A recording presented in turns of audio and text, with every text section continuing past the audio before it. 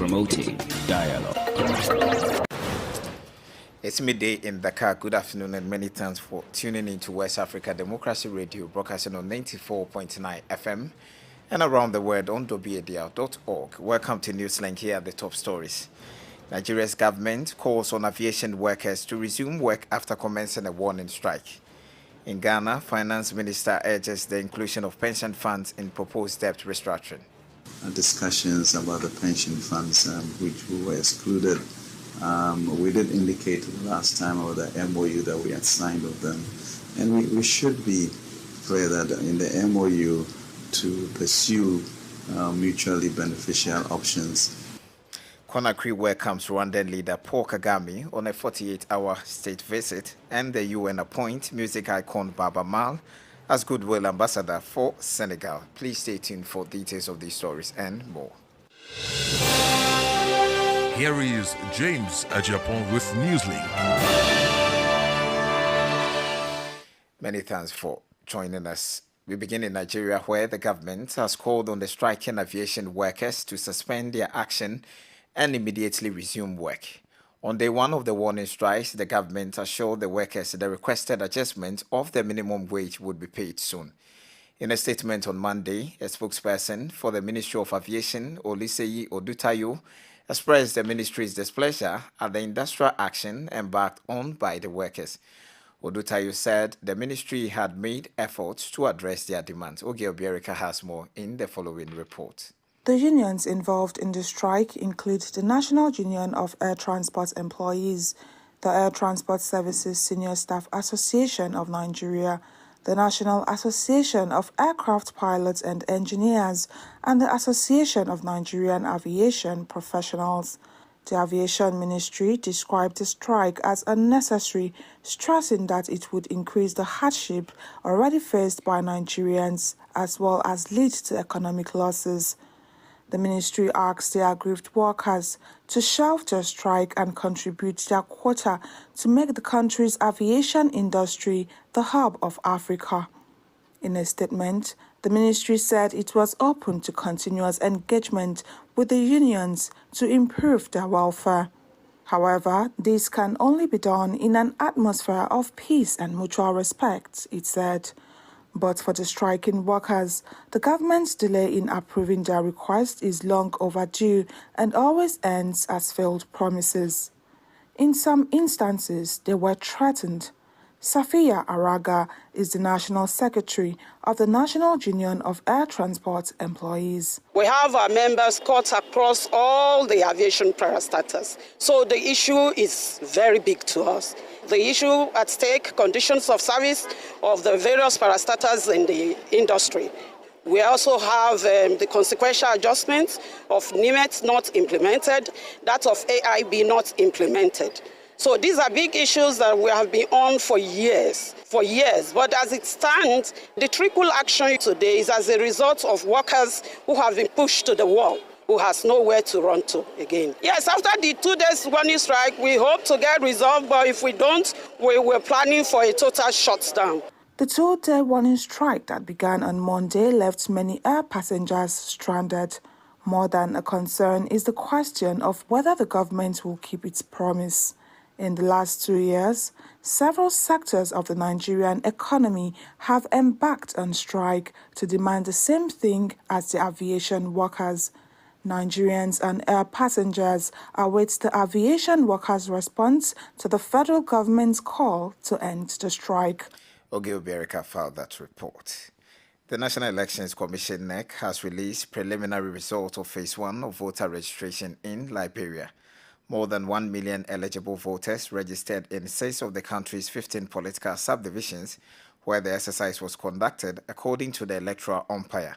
WADR's Darlington Pokpa in Morovia reports. The Commission's chairperson, Deveyeta Branlasana, said more than 1.4 million Liberians who have attained the age 18 and above registered during the process that started March 20, 2023 and ended April 7. She said the second phase will commence shortly in the remaining 9 counties. Preliminary results from Phase 1 show a total of 1,435,209 registrants.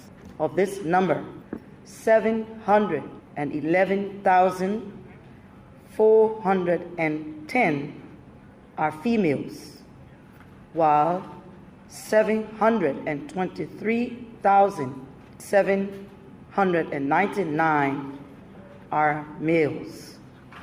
This figure is subject to change due to the ongoing deduplication and adjudication process.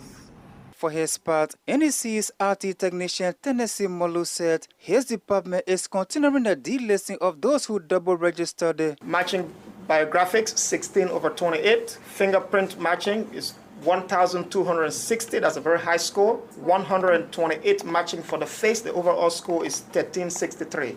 That's 1,063. He registered first in CDB King, and then he moved to Christ Ambassador Academy. From there, he decided to go. You see the same photo because this is the first photo that was taken, and it's matched against every other entry that he has in the system.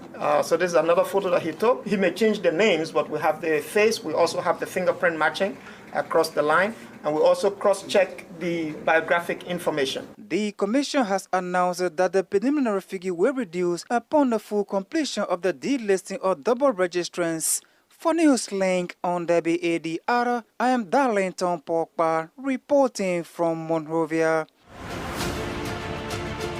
Fresh and breaking news all the time.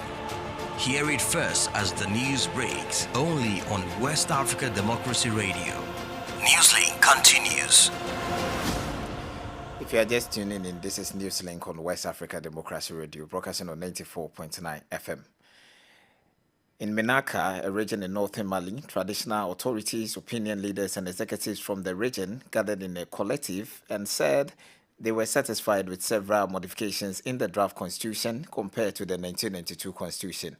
Meanwhile, the state announced the deployment of 4,000 young people across the country to facilitate the enrollment process for the biometric card. Abdullahi Hassan reports.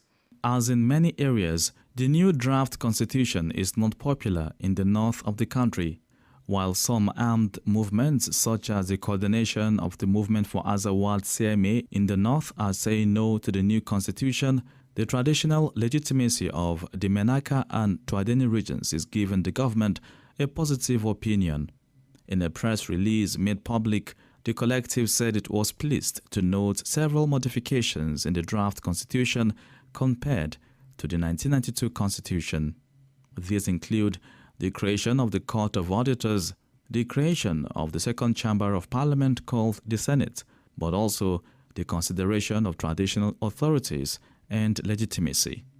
For the collective, these inclusions cover most of the institutional concerns expressed in the peace agreement resulting from the Algiers process, as well as some of Mali's commitments within the framework of the West African Economic and Monetary Union.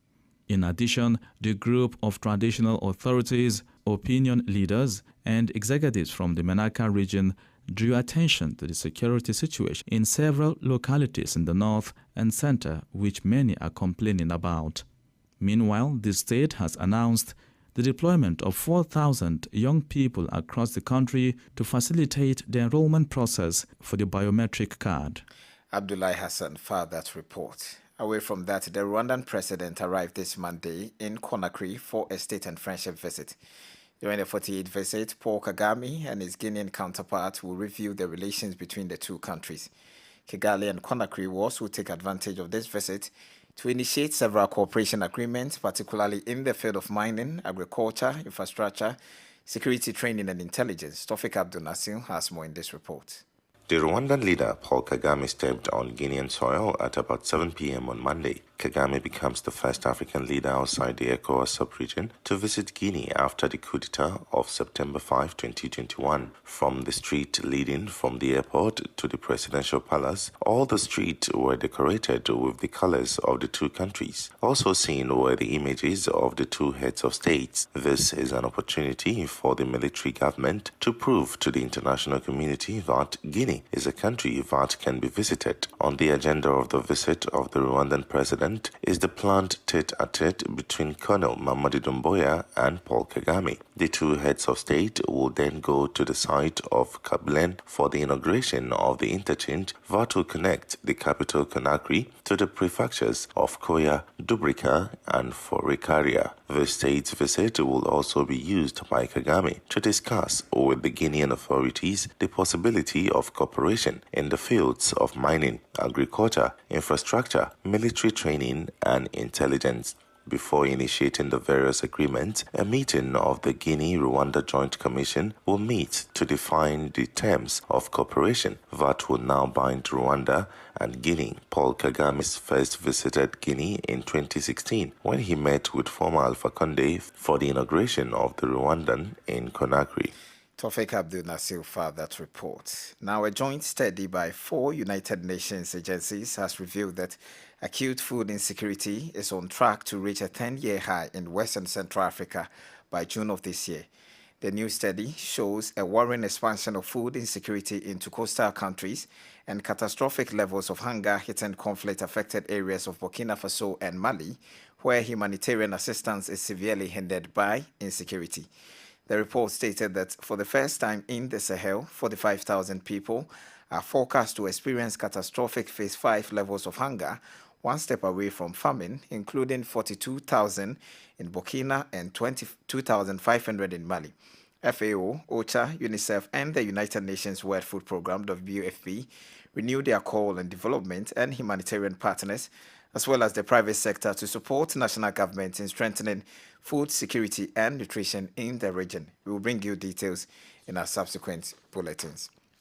Let's get to Ghana, where the Minister of Finance, Ken Ofori-Atta, has urged the Board of Trustees of pension funds to allow for pension funds to be included in the government's new proposed debt restructuring offer. This is not the first time that the government has made this request to use pension funds, and the University Teachers Association of Ghana, UTAG, has again rejected the request. Atiawene Bella Lawson completes the story. According to the Finance Ministry, the new proposal is aimed at alleviating the cash constraints on the government in the coming years while fully compensating the pension fund holders for the value of their current holdings. Finance Minister Ken Ofori-Atta notes that discussions are already underway with organized labor and have so far been fruitful. I think there was also discussions about the pension funds which were excluded. We did indicate last time about the MOU that we had signed with them, and we should be clear that in the MOU to pursue mutually beneficial options within the debt sustainability limits, However, the Trades Union Congress says the pension funds are not up for discussion. Here's the Deputy General Secretary of the Congress, Joshua Ansah. Government makes us to believe that they can do things without recourse to us.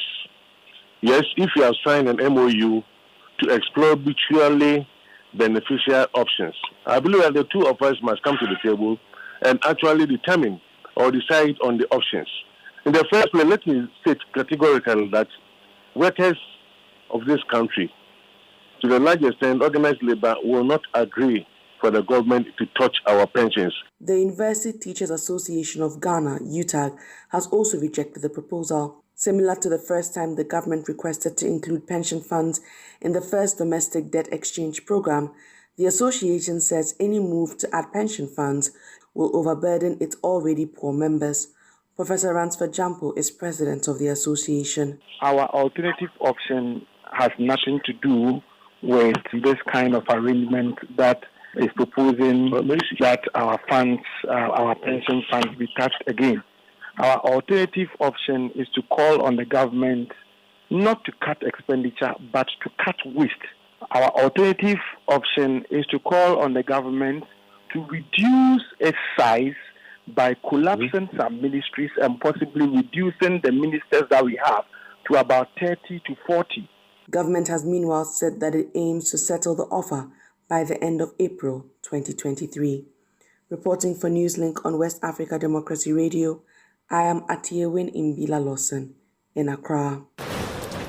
You are listening to Newslink on West Africa Democracy Radio, broadcasting from Dakar, Senegal. Here is a reminder of our top stories. Nigeria's government calls on aviation workers to resume work after commencing a warning strike. In Ghana, Finance Minister urges the inclusion of pension funds in proposed debt restructuring. Conakry welcomes Rwandan leader Paul Kagame on a 48-hour state visit.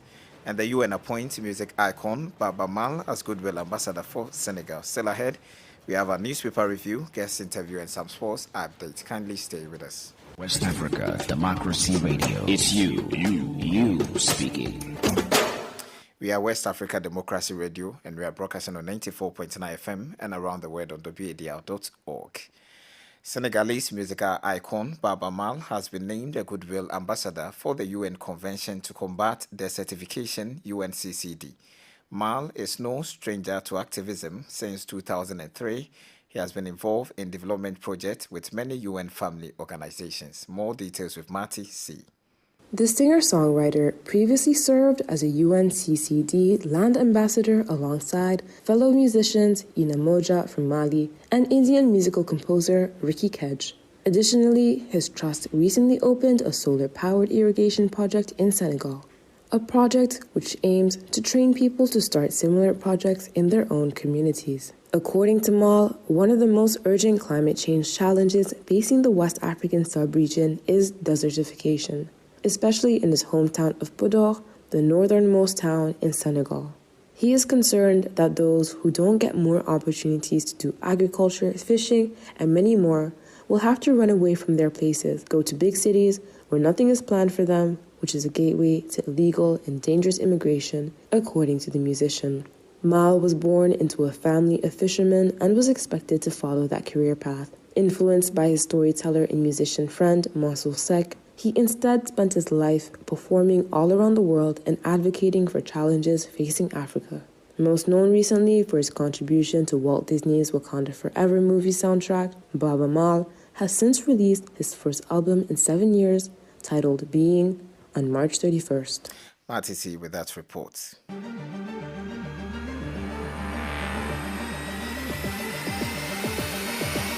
This is the newspaper review. Stay on top of the news. Get the most important stories with added insight and concise review. This is the newspaper review. Happiness, we have our press stories from Monrovia with WADR's Darlington Popper. For this edition of Press Review, we have with us the newspaper, the Inquirer newspaper, the Analyst newspaper, and the Heritage newspaper. So those are 4 newspapers we will be going through for today's edition of Press Review. Our first stop is the newspaper. 1.4 million voters registered in 6 counties, and we see the photograph of the National Elections Commission Chairperson Deveyata Branlasana. Still on the front page, court summons Boakai accused of alleged dubious land dealings. And we see the photograph of former Vice President Joseph Yuman Boakai. On the back page quickly of the newspaper, Liberia joins U.S. initiative to address Atlantic issues. LWSC New Baltics office vows to justify WIA's confidence. Does the Liberia Water and Sewage Corporation? Disabled people complain of abandonment. We see the photographs of these disabled people sitting in wheelchair. From the newspaper, the Inquirer newspaper is next. 51.20% polling precincts reported more male registrants. And this statistics comes from the National Elections Commission. Dissolve the beach project workers to meet WIA tomorrow. Journalists urge to create awareness on cybercrimes. ECOWAS embarks on eliminating non-traffic barriers.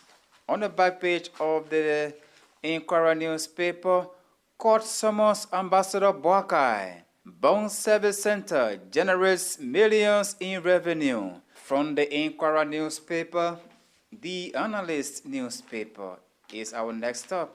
BVR phase 1 ends on beat note.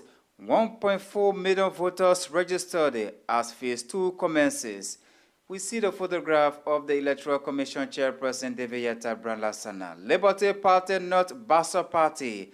LPSG speaks on reconciliation, Cummins running mate. And we leave it right there. We see Musa Belete and Martin Kola on the front page of this paper. On the back page of the analyst quickly. U.S.-based Liberian sues JMB for illegally taking co-ownership of land.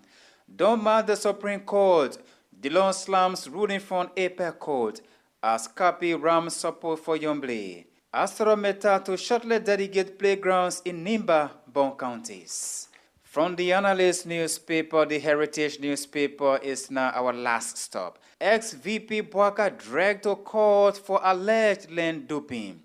The political leader of the former ruling United Party, Joseph Bwaka, has been dragged at the Judicial Circuit Civil Law Court for alleged removal of cloud over 30 days. Cloud over 30 days has to do with selling of owner, not having legal authority to conduct transaction. See on the front page of the Heritage newspaper, LP CDC marriage backfires as Countess Chairperson take radical stance. On the back page of the Heritage newspaper, Jetty provides 3 pipe-borne water facilities to people of Magibi, identifies with Muslims. With that, we conclude today's edition of Press Review. On that note, thank you so much for following, and bye-bye. Thank you, Dalente Popa, for the newspaper review. Politics, analysis on major news, social matters, and all. This is A Guest. On our guest interview this afternoon, we will be discussing Rwandan President Kagame's recent visit to his West African counterpart in Benin and Guinea. The purpose of his visit was to share expertise in security intelligence as well as economic and political cooperation. Given the prevalence of violent extremism and insurgency in sub-Saharan Africa, our guest, Michael Essiedueje, will provide answers to whether this bilateral cooperation between the West and East blocs indicate that Africans are capable of handling their security concerns without interference from Western or superpowers. There is also a concern regarding whether Paul Kagame, who is currently dealing with a deteriorating security situation in the East Bloc involving the Democratic Republic of Congo and Uganda, can be trusted to assist his West African counterpart in battling an insurgency in their region. Michael tells WADR more. Yes, it has revolutionized the country and made it one of the safest countries on the continent. But I always ask this question: do we instantly, in the wake of all these, say that yes, the things of the past are over? Less than 20 years ago, many more civilians were killed within a 3-month period. And of course, this genocide, where majority of the Hutus turned minority Tutsis, many people were slaughtered. 1 million men, women, and children. Now, the average Rwandan lives on $1.5 a day, which is way better than previous. And we see that lots of people have more better living conditions with all the many things that the president has put in place. So many of these West African countries, during his visit to them, asked one very simple and basic question. And the question remains, is he a trustworthy person enough to say that, yes, we should look at what he's saying and mangle our hopes in it? Countries have, over the time, since its revolutionization of the country Rwanda, supported the country Rwanda because they see it as demonstrating the potential, true potential of Africa. Indeed, yes, many countries are now looking at Rwanda and they are seeing its power and its influence on the continent. Currently, with the long-standing rivalries in East Africa, particularly DRC, Uganda, and Rwanda, with M23 rebels seizing territories and causing alarming insurgency, a case, Kigali continues to deny. So, in your view, how can Kagame ensure a trust in resolving stability in the West African sector when he is still facing deteriorating security in the East? Now, the East is one area that is plunged with insecurity, wars all the time, territorial wars, border control wars, and all that. But one thing that the visit of Paul Kagame to these African countries clearly stated, as a point of reference, was that in the wake of all this security unrest in the East, he was looking at 4 things: trade, military cooperation, and governance. And governance I have also cultural diplomacy and soft power in there. That is a perfect way to bring some sort of stability if you allow free trade barriers. You remove certain tariffs on import and export, and the quota reduces to an extent. You can be able to allow an intertrade between, the countries and the border towns on the east. Again, military cooperation, we understand that the unrest might go on for quite a while, but then if you're able to offer assistance in the form of military cooperation, so our military will come and support you. Rwanda is now rich in its culture. I mean, when you talk about the best places to go, whether it's their artifact, whether it's their monuments, etc. So you can look at how you can pick on using the culture to bring peace. The days of hard power are over. When it was just military might. Let's look at how we can peacefully collaborate on, peaceful terms, dialogue, discussion, cultural exchanges, events, etc. And then with trade and all that also thrown in there. So finally, violent extremism and insurgency seems to be a repeated cycle bordering our sub-region. How do you see this cooperation between the East Bloc and the West Bloc? Is it that now Africans can be able to battle insurgency on their own without any foreign interference, or you think otherwise? We cannot do away with foreign interference, whether it's on economic lines or collaborations, depending on how your country is built, whether you're from the West or you're from the East. And Rwanda has shown through the visits and being very vocal about, the need for Africans to be more self-reliant from there. I think these ones, like the cooperation and all that, is one way that there can be peace and tranquility in the West. And so, yes, we can handle our security dilemmas through these many ways, of course, without interference of the West. So by these measures, I feel that there can be some sort of peace and calmness in the region. Michael Esiadueje is a Berlin-based Ghanaian international political and security analyst. And here is Uncle Janko with some sports updates. Hello out there, a warm welcome and thank you for joining us. Ghana have been drawn against neighbors and arch-rivals Côte d'Ivoire in two separate regional tournaments set to commence next month following Monday's draw. The under-20 national female team, Black Princesses, will take on their Ivorian counterparts at the group stage of the WAFU Zone B Girls Under-20 Championship in Kumasi next month, according to CAF official website. Meanwhile, the under-20 national male team, the Black Satellites, were also drawn to play host Côte d'Ivoire at the highly anticipated WAFU B Boys Under-20 Championship. The WAFU B Girls Under-20 Championship will be held from 20 May to 3rd June 2023, with 7 countries vying for the regional glory. Host nation Ghana will serve as the venue for the championship, with matches to be played in the city of Kumasi. Meanwhile, the WAFU B Boys Under-20 Championship host nation Côte d'Ivoire will be joined by Burkina Faso, Ghana and Niger in Group A. Group B, on the other hand, will feature powerhouse Nigeria as well as Benin and Togo. The tournament, which is set to take place from 7 to 21st July 2023, will see teams from 7 member countries competing for regional glory. And that's it for sports. It's back to you. Thank you, Sankole Janko. Thank you, Sankole Janko, for that sports update. We have come to the end of this edition of Newslink from West Africa Democracy Radio, broadcasting from Dakar, Senegal. Thank you for listening, and many thanks to our listeners in the Gambia via Hot 104.3 FM Banjul, and in Liberia via Alternative Youth Radio 98.9 FM Lofa County, and in Ghana Royals FM 104.7 Wenchi. Inyas Bilimu has been exceptional on the console. Many thanks to Mustafa Sek for our Facebook live coverage. Do interact with us via social media platforms on Twitter and Instagram at WADR News, and on Facebook, West Africa Democracy Radio English Service. My name is James Adjapong. Good afternoon. News, talk, music, get it all 24 hours on West Africa Democracy Radio 94.9.